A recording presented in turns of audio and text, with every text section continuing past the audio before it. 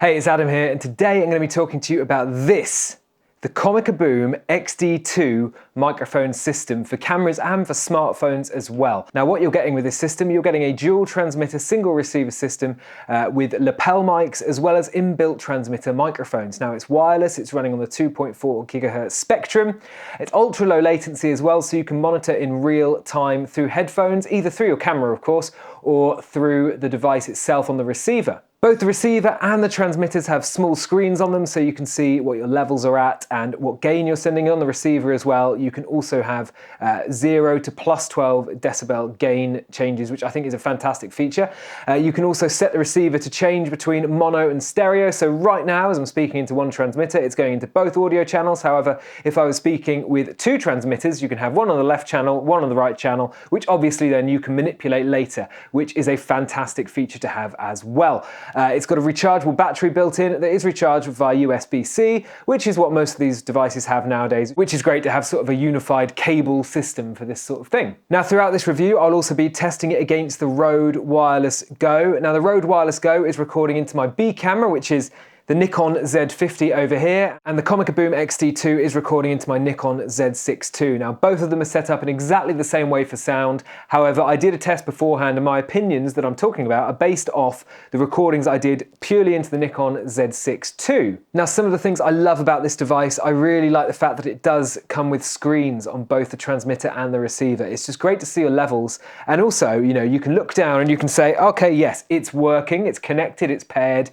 and there's level going into it, which is really, really important. Another little feature that is really cool. Now you won't be able to see this probably because it's tiny, but it comes with a tiny little clip. So when you're plugging a lapel microphone in, it does have a way of trying to secure the microphone into the transmitter, which is really, really good, making it just that little bit more difficult to rip out by accident, which is a fantastic feature. I'm sure you'll all agree. Personally, I prefer a more traditional locking system. These things are small and light. It would probably make it a lot more difficult to be able to fit an entire locking system into the device. Now I also like the fact that the mics come with an extremely low noise floor, and the other thing I'd also say is for the price they are fantastic. Now the microphones have a really strong battery life. I've used them for between 4 to 5 hours without the battery dying. Of course you've got battery indicators on the screen on both devices, on the transmitter and the receiver as well, so you'll know where you're at battery wise, which is great. I mean, there's a lot of other devices in this sort of price range that don't have a screen and they maybe just use a little flashing light to tell you the battery status. That's not particularly as easy, and I'm much happier seeing a screen and seeing a visual representation of how much battery I've got left to rely on. I mean, of course, usually you're going to want these fully charged before you start recording,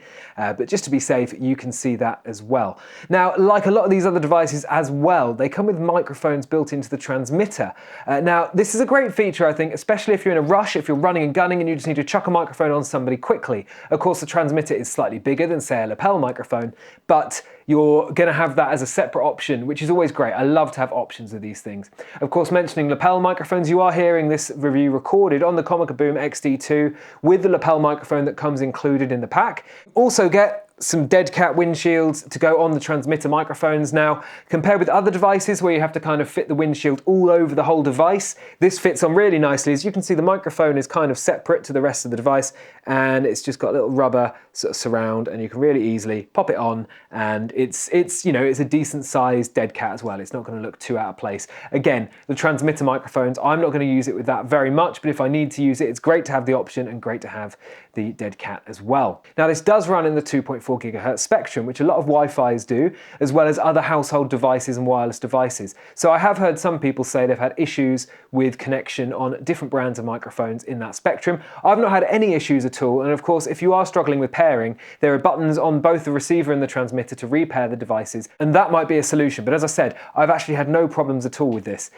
so hopefully you won't either. Now one thing I would certainly change about the device is I'd love to have a carry case. Now it does come packaged in this, which is, you know, a decent box. It's cardboard, it's got a magnetic shut, it holds everything inside. I'm not really particularly sure if that is packaging or if that is a carry case. For me, it feels like packaging. It's more cardboardy. I wouldn't trust it in a bag in the rain, for example, and I think a carry case is really, really important, especially if, you know, these devices are small and light. If you're shoving them in your backpack, they're likely to get scratched and damaged, and it would be good to have some form of hard carry case to protect your gear. You know, it's really important to keep your gear protected so you can get the most out of it and it lasts longer. One more thing I'd like to change, it does come with a single USB-C cable in the box. Now, some other brands that I've used do come with a triple-headed USB-C cable. So if, like this, you've got two transmitters and a receiver, you can charge them all at once through one USB port. Now that is really, really useful to have, whereas if this is your only USB-C cable, for example, you will be charging each and every one at a time, so 3 times longer to charge your devices. The devices do run for about 5 hours and they don't take very, very long to charge at all, just a couple of hours and you've got full battery life.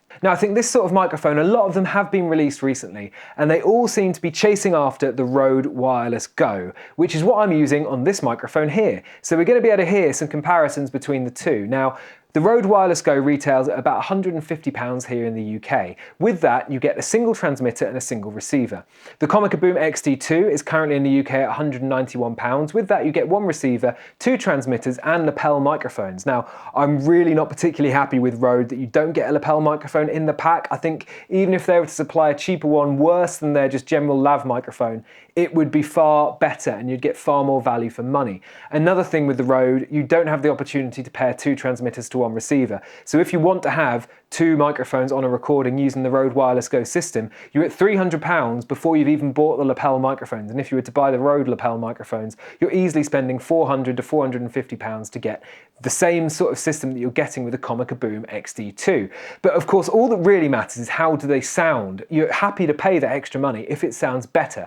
So as I'm currently recording into the Rode Wireless Go and the Comica Boom X-D2, we'll hear them compared side by side using the exact same sentence. Now, as the Rode doesn't come with a lapel mic, I've used the second microphone from the Comica Boom X-D2 so we can hear the system and how the system processes the sound individually, which I think is a really, really useful test.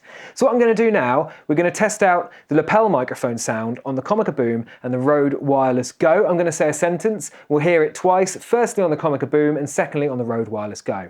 Now I hope you're enjoying this review of the Comica Boom X-D2 microphone system. Of course, if you do enjoy it and you want to see more from me, hit the like and the subscribe button below. And if you want to find me on social media, you can find me on Instagram at Adam_AWSound, or you can find me on Twitter at AdamTheWhaley. Now I hope you're enjoying this review of the Comica Boom X-D2 microphone system. Of course, if you do enjoy it and you want to see more from me, hit the like and the subscribe button below. And if you want to find me on social media, you can find me on Instagram at Adam_AWSound, or you can find me on Twitter at AdamTheWhaley. Now, as we mentioned earlier, both of these devices have inbuilt transmitter microphones. So let's have a test now to see how they sound when they're put next to each other. So as you can see, I've now clipped the Rode Wireless Go and the Comica Boom X-D2 onto me using the transmitter microphones. The first thing I would say, of course, the Rode's got a couple of lights on it, but the Comica Boom does have a screen. So you're probably, if you're using these in practice, going to want to flip them around, put the actual transmitters inside, so you'll only see the clip and you can use the microphone. So as you can see, I've now clipped the Rode Wireless Go and the Comica Boom X-D2 onto me using the transmitter microphones. The first thing I would say, of course, the Rode's got a couple of lights on it, but the Comica Boom does have a screen. So you're probably, if you're using these in practice, going to want to flip them around, put the actual transmitters inside, so you'll only see the clip and you can use the microphone. So now, of course, the question is, which one did I prefer? Now, I think probably for the inbuilt transmitter microphone, I'm going to go for the Comica Boom X-D2. The Rode was slightly more forward-facing, you know, more of those upper mids, which didn't sound as natural to me as the Comica Boom did. Now, when we talk about the lapel mic, I think the Rode sounded cleaner, personally. It seemed like it was maybe processing and removing some of the room noise and the echo and taking away some nasty frequencies. They were all present in the Comica Boom's microphone, and you can probably hear the difference because the Comica Boom is the microphone that we've been using for this entire review. Now, I probably would say from that then, straight off the bat, the Rode is what I'd go for. However, the Comica Boom does a really solid job. We're talking about a microphone which is, you know, £40 extra. However, you're getting 2 lapel mics and an additional transmitter compared with the Rode. Now, if I'm going to talk about just the Comica Boom in isolation, I think it's done a fantastic job. I'm really happy with it. And because of the 2 transmitters and the 2 lapel mics that come with it, I will be using this as my general everyday use recording system with my Nikon Z6 II. Really impressed with it, really happy with it. Thanks for watching. If you enjoyed this, do hit the like and the subscribe button. You can find me over on Instagram, Adam_AWSound, and on Twitter, AdamTheWhaley. Stay tuned and I'll see you next time. Thanks.